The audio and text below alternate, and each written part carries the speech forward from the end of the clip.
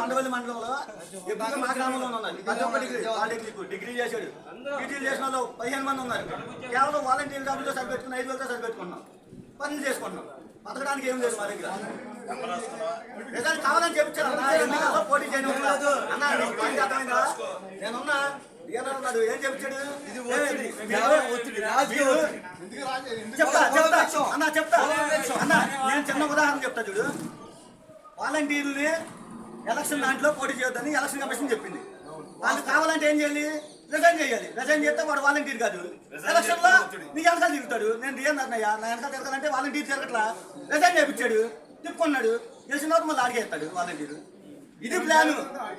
వాడికి వెళ్తే వాలంటీర్లు పనిలేదు కన్నా. వాలంటీర్ జాబ్ ఇప్పించాడు కాబట్టి